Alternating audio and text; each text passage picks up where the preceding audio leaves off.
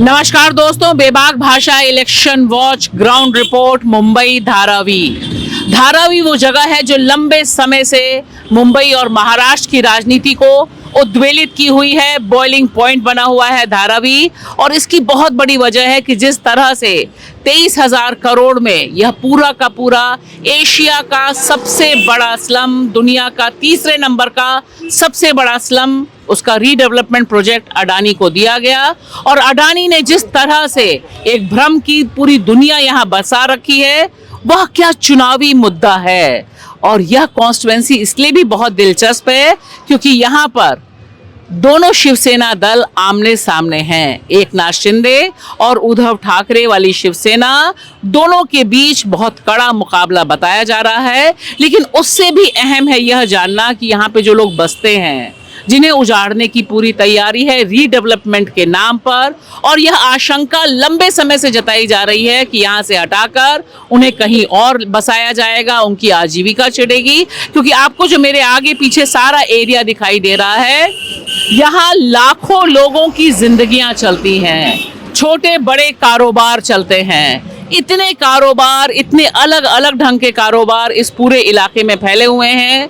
पूरे भारत का एक छोटा सा मिनी इंडिया यहाँ एग्जिस्ट करता है। और आपको दिखाई दे रहा है कि इस समय रात के 9:30-10 बज रहे हैं, और इस समय भी जिस तरह की चहल पहल है, जिस तरह की इकोनॉमिक एक्टिविटी है, उसमें सबसे बड़ा सवाल यह है कि बेरोजगारी एक मुद्दा है कि नहीं, एक मुद्दा महंगाई है कि नहीं, और क्या जिस तरह से मोदी जी और यहाँ पर एकनाथ शिंदे की सरकार है, जिसके नेतृत्व में यह पूरा का पूरा प्रोजेक्ट अडानी को गया है, वह अपना प्रचार किस तरह से कर पाती है और क्या चुनावी मुद्दा रहता है। आइए टटोलते हैं यहाँ के लोगों से, उनके लिए यह चुनाव क्या अर्थ लेकर आया है। इस बार इंडिया गठबंधन आ रहा है। भारत में इंडिया गठबंधन है, महाराष्ट्र में महाविकास आघाड़ी। महंगाई बढ़ी है तो लोगों के पगार भी बढ़े हैं, ठीक है। वो आर्थिक व्यवस्था है जो ठीक है, जैसे चल रहा है, जो सब साथ दे रहे हैं, सबका वो उनका साथ दे रहे। कोई खिलाफ है तो कोई साथ खड़े हैं। इस बार का जो चुनाव होने वाला है, हर साल तो चुनाव होते ही है, लेकिन इस बार तो गर्मा गर्मी ज़्यादा हो रहा है कि हर कोई जातिवादी के ऊपर बहुत से लोग करते जा रहे हो। सरकार यहाँ चाहे किसी की भी बने, लेकिन हमारे यहाँ अभी तक इम्प्रूवमेंट ज़्यादा हुआ नहीं। इम्प्रूवमेंट हम लोग के यहाँ पे ये होना चाहिए था। अभी तक हमारे यहाँ पे राजश्री श्रावनगर स्कूल था, नाके पे भी हमारे यहाँ पे भी स्कूल था, लेकिन वो स्कूल सब वहाँ पे स्कूल नहीं रहा। वहाँ पे लोग आज भी छोटा सा उन्होंने बना के दिया है। जो भी सरकार ने बनाया है, वो पता नहीं कौन सी सरकार ने किया है, वो बना के, लेकिन आज भी लोग वहीं पे दारू पीना बैठना। यहाँ पे स्कूल से ज़्यादा वाइन शॉप ज़्यादा बनते जा रहे हैं। मध्य प्रदेश, उड़ीसा की राजधानी, मिजोरम की धरती से, कश्मीर से, हरियाणा की जमीन में, जुहू बीच, मुंबई, हैदराबाद से।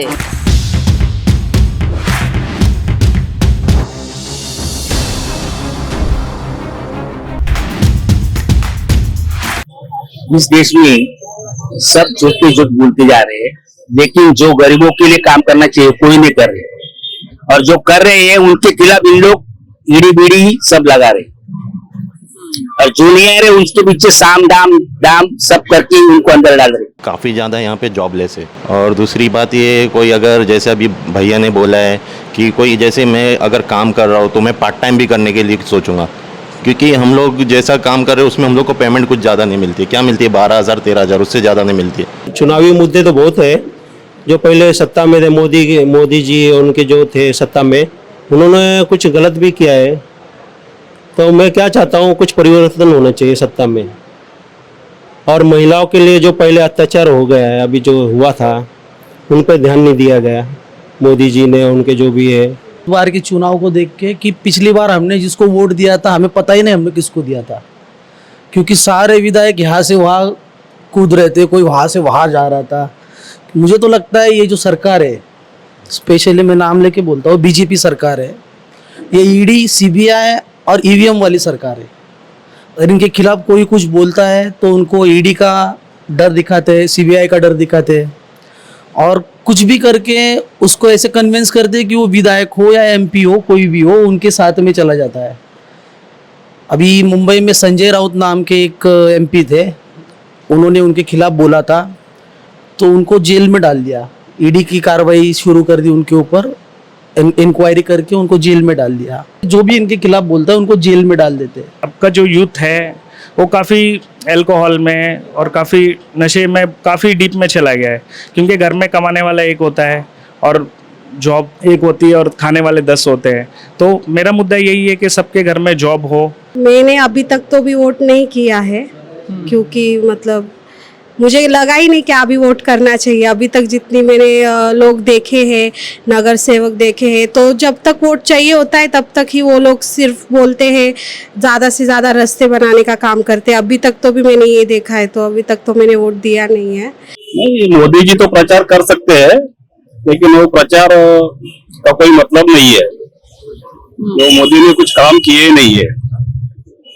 मोदी ने जो कुछ वादे किए थे वो वादे उन्होंने पूरा नहीं किया, इसलिए मोदी का यहाँ पर अभी कुछ डाउट है। डाउट मतलब नहीं आएंगे। वोट में भी ईवीएम में घोटाला करके इन लोग आ रहे हैं। इसके पहले भी चुनाव में इन लोग ईवीएम में घोटाला करके आ गए, लेकिन उसमें अगर गड़बड़ी करके आ जाएंगे तो क्या फायदा है?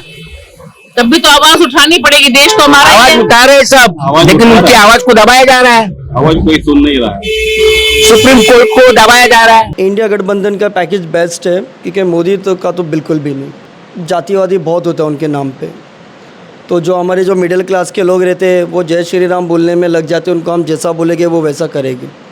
सुबह उठो जय श्री राम बोला तो बोलो। जो जिस तरह से अभी भाई ने बताया, अभी ये होता ही नहीं यहाँ पे। एक्चुअली प्यार प्रेम कुछ है ही नहीं। जेब में 2 पैसा नहीं तो क्या अगरबत्ती क्या जोत बत्ती हम कहाँ से करेंगे। जॉब सबसे बड़ा मुद्दा है हमारे लिए, क्योंकि मिडिल क्लास में सबसे इम्पोर्टेंट है जॉब। होना चाहिए चेंज, नहीं भी होगा तो होना चाहिए, हम तो यही सोचते हैं। नोटबंदी कर जो उनका जो सोच थी नोटबंदी करने की, आज भी गलत तरीके से नोट आ रहे हैं या बन रहे हैं, लेकिन वो जो उनका सोच थी वो नहीं हुई। और दूसरी बात, काला धन वापस लाना था वो भी नहीं आया। और रही बात वोट करने की, तो अगर समझो अभी यहाँ पे मोस्टली दलित कम्युनिटी यहाँ पे रहती है, तो यहाँ के लोग किसी को भी वोट देंगे ना तो कोई स्पेसिफिक गिने चुने वोट ही उन्हीं को जाएंगे। अगर समझो ये कोई इनका एक लीडर माइंड में सेट कर दे कि हमारा ये लीडर है, हमें इसको ही वोट देना है, तो वो मशीन में भी ऐसा कुछ प्रोग्रामिंग है, ऐसा हमने हमारे स्टडी में हमने पढ़ा हुआ है। तो वो आप ईवीएम में कहना चाहते हैं? हाँ, ईवीएम में ऐसा कुछ गड़बड़ करके रखते हैं, प्रोग्रामिंग करके रखते हैं कि कई सारे लोगों के वोट दूसरे उम्मीदवार को चले जाते हैं। तो जातिवाद हमारे साथ आज भी हो रहा है। तो मैं यही चाहता हूँ कि कोई भी पार्टी हो, जातिवाद मत करो किसी के साथ। आज हम वाल्मीकि है तो हमारे साथ ऐसा मत करो व्यवहार। मेरा मुद्दा यही है। हाँ। मोदी जी भी आए हैं तो उन्होंने कुछ तो गलत किया नहीं है मैम। मतलब अभी तक हम देखते आए हैं कि उन्होंने सब ठीक ही किया है। हाँ ठीक है, उन्होंने महंगाई बढ़ाई, लोगों को ऐसा लग रहा है उन्होंने महंगाई बढ़ा दी, लेकिन यहाँ पे गरीबों के हाल हो गए। लेकिन वो लोग वो चीज से नहीं सोच रहे कि उन्होंने कुछ अच्छा भी किया है। जैसे क्या क्या अच्छा है, थोड़ा गिनाइए। जैसे अभी राम मंदिर बना है तो राम मंदिर के अंदर लोगों को नौकरी भी दी गई है मैम, और वो परमानेंट नौकरी उनको दी गई है। ऐसे नहीं है कि वो सिर्फ मंदिर बनाया गया है तो वहां पे छोड़ दिया गया है उन लोगों को, जैसे सिर्फ टेम्पररी रखते हैं वैसे जॉब पे नहीं, वहां पे गवर्नमेंट जॉब वहां पे वो लोग ने स्टार्ट किया। किसको किसको मिली है, कैसे पता चला आपको? बहुत बड़ी बात बता रहे हैं आप। एक्चुअली हमारे कोई फ्रेंड्स है जो वहां पर गए थे, तो उनके थ्रू मुझे ये चीज पता चली है, और कुछ मेरे रिलेटिव भी हैं तो उनके थ्रू मुझे ये चीज। रिलेटिव्स को नौकरी मिली है वहां पर? नहीं, मेरे रिलेटिव्स नहीं है, रिलेटिव्स के कोई फ्रेंड्स हैं उनको मिली है। तो उन्होंने मुझे उस चीज बताई थी कि बाबा वो है तो वो चीज वहां पे हुई है, तो वो ऐसे नहीं है कि सिर्फ मंदिर खुली है तो सिर्फ वहां पे दान है ये है, लेकिन कुछ लोगों का वहां पर भला भी हुआ है। लेकिन मैम कैसे है ना, वहां पर हुआ है वो हम लोग ने सिर्फ वो चीजें सुनी है, देखी नहीं है। गरीबों के लिए आप लोगों ने योजनाएं बनाई है, वो मिल रही है या नहीं मिल रही है, इस पे सबसे पहले सरकार ने ध्यान देना चाहिए। सिर्फ आप योजना बना रहे हो, मिल रही है नहीं मिल रही है वो कौन देखने वाला है। आप ये योजना बना रहे, वो योजना बना रहे, बस योजना बना के छोड़नी थोड़ी ना है। गरीबों तक पहुंच रही है नहीं पहुंच रही है अभी तो देखने का काम है ना। जो राम मंदिर तो कोई सरकार ने बनाया नहीं है, राम मंदिर तो कोर्ट ने बनाया है, इसलिए उनका जो भी कुछ क्रेडिट था उनको मिल गया है 19 में। अभी तो राम मंदिर का मुद्दा नहीं रहा। जैसे उनको नाम दिया गया चोर गाड़ी, तो वो भी बंद करा, तो जो थैले ना उठा के लेके नहीं जाए कोई, फिर रोड पे हर कोई बेचेगा। अब वो उठा के लेके जाने के बाद 3,000 भरो, 4,000 भरो, तो वो भी कुछ मतलब का नहीं है फिर। ये सब बोलते हैं हाँ महंगाई बढ़ गई है तो करना है, तो हमारी भी तनख्वाह बढ़ गई है। खाना है, खाना बनाना है, वो तो इम्पोर्टेंट चीज है हम लेडीज लोगों के लिए। तो हमको तो गैस लानी ही है घर पे, खाना बनाना ही है, परिवार को देखना ही है। तो फिर अब वो महंगी भी हो तो मैम वो तो लाना ही पड़ेगा ना। ये बीजेपी के जो लोग हैं, बीजेपी आरएसएस के लोग, वो आरक्षण और संविधान को हटाने की जो बात कर रही है, उससे महाराष्ट्र के जो अम्बेडकराइट लोग हैं वो काफी नाराज है और वो इनको वोट नहीं करेंगे। एससी कैटेगरी के लोग तो अभी तक मैंने देखे एज अ सोशल मोबिलाइजर, मैंने खुद मोबिलाइज किया है। आज तक सारे लोग वही काम कर रहे हैं गंदगी का, और मुझे कहीं भी लगा नहीं कि लोगों में उस चीज़ के लिए मतलब बढ़ावा मिला है क्या, कोई कुछ अलग कर रहा है, कोई कुछ अलग नहीं कर रहा है जो भी है। और महंगाई बढ़ रही है पर लोगों की सैलरी में कुछ भी बढ़ा है, मतलब बढ़ी नहीं है किसी की सैलरी। उन्हें मूर्तियों पे खर्च कर दिया जास्ती, मंदिरों पर खर्च कर दिया है। तो मैं तो यही चाहता था गरीबों पे खर्च कर देते या कुछ रोजगार के लिए खर्च कर देते। तो आज है ना, रोजगार मिला नहीं, 2 करोड़ नौकरियां। नहीं रोजगार कुछ नहीं हुआ ना मैडम।